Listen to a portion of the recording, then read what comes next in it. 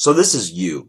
You're an American citizen and you like to be an informed voter with at least a cursory understanding of the major political candidates' positions. So you hear that Donald Trump, by a large margin, is the frontrunner for the Republican Party in the 2016 presidential campaign.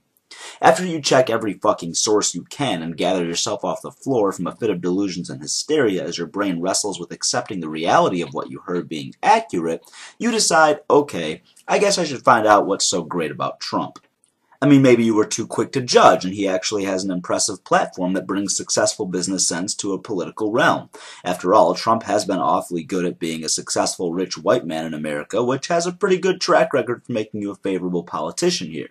It's time that you at least give him a fair shake. So off you go to DonaldJTrump.com to evaluate his platform and decide for yourself if he should really quit running or if his legitimacy is in too great a supply to cease. So, onto his page you go, and you see a top banner with a button that reads Positions. Now let's stop a moment and consider what the opposition has to offer in this category. If you go to Bernie Sanders' website, his Issues tab links you to 11 different tiers of his platform, spanning from income and wealth inequality, which is his major running point, through racial injustice, war, reformation of Wall Street. And if you go to Hillary Clinton's website, she has 24 different points of her platform. Granted, some of them are really specific and obvious, like campus sexual assault and voting rights, but she also has information on much bigger issues and where she stands, like Social Security, education, and criminal justice reform. Now, you go back to the Trumpster's website to give it a thorough perusing of all his issues. You hover your mouse over the Positions tab, and you see immigration reform. His Positions tab doesn't even offer plural positions. In terms of politics, one of the only things sadder and poor policy supported by a single-issue voter is a single-issue presidential candidate running on the grounds of poor policy. You notice that he has quadruple the number of social media links on his page than he has actual issues. So you figure that if he's a single-issue candidate and he's leading an entire political party, then he must have a damn good policy lined up for that issue. And you click on it, prepared to be baffled by his brilliance on immigration reform, and you find that his policy on this single issue is broken into what he calls the 3 core concepts. These include, and I quote, Number 1, a nation without borders is not a nation. There must be a wall across the southern border. 2 sentences in, and there's an inconsistency. If, in order to merely be a nation, you need a border, the existence of which is contingent upon a literal wall, then why does only the southern border of the U.S. need a wall? Wouldn't that apply to the entire border? Oh, and by the way, it's 2015, and you're talking about securing a border with a wall, as if people who sold everything they own and are willing to risk their lives to cross the border are going to see a wall, shrug, and then leave. I mean, after all, it is a wall, and assuming it's impenetrable, it's not like people are willing to risk their lives to get to the other side could ever go under it, around it, or over it. Number 2, a nation without laws is not a nation. Laws passed in accordance with our constitutional system of government must be enforced. Building walls along one border of a country and enforcing the laws of that country are not mutually exclusive, unless the law of the land is to have a 1,954-mile wall along its southern border. If that's the case, we've really been slacking on enforcing that law here. Number 3, a nation that does not serve its own citizens is not a nation. Any immigration plan must improve jobs, wages, and security for all Americans. Actually, not serving your own citizens doesn't make you any less of a nation. It just makes you one with a poorly operating government.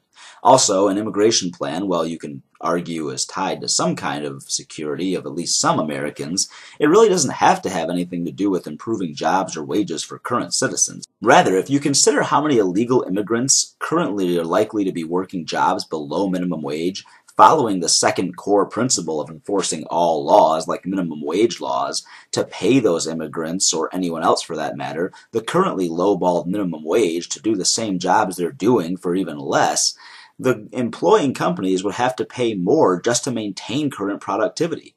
If Trump thinks that's going to cause corporations to raise wages rather than prices without adjusting current policies, then maybe he's not as familiar with American CEOs as we thought. Long story short, building a wall between here and Mexico in no way is going to improve jobs and wages for the USA. You may also be asking yourself at this point, who's going to pay for this Great Wall of Trumpland? The first line on his platform after the three core principles beautifully explains that as well. Quote, "Make Mexico pay for the wall," end quote. So at this point, you probably deeply contemplate your existence and wonder if the very fabric of reality as you know it has been shredded. Then you slow down and ask yourself in a calm, composed manner, okay, Donnie J, why exactly would Mexico be willing to pay for this wall? So you read his elaboration and find out that Mexico's leaders have been taking advantage of the United States by using illegal immigration to export the crime and poverty in their own country, as well as in other Latin American countries. So of course you're wondering how making an inflammatory and unsubstantiated claim about the Mexican government treating the USA like its personal Guantanamo Bay is supposed to convince us as to why Mexico is going to comply with this ridiculous wall plan. Then you accept that Trump didn't think he'd need to get into explaining how or why Mexico would build this wall for us, and just explain why we should want to make them do it. He does this nearly for an entire page and then gives us what he feels is his compelling leverage to force Mexico to do it. Until they do, the United States will, among other things, impound all remittance payments derived from illegal wages, increase fees on all temporary visas issued to Mexican CEOs and diplomats, increase fees on all border crossing cards, of which we issue about 1 million to Mexican nationals each year, increase fees on all NAFTA worker visas from Mexico, and increase fees at ports of entry to the United States from Mexico. So there you have it, folks. DJ Jazzy Trump's plan for making Mexico build a wall along our southern border to keep out the people he claims Mexico is deliberately exporting over the currently non-walled border into our country is to punish those Mexican citizens who are legally crossing the Mexican border and making it harder for them to do so. If the stupidity hasn't given you an aneurysm yet, need I remind you that this is the only explained position and that he is the leading Republican candidate. Excuse me while I start researching real estate options in Canada.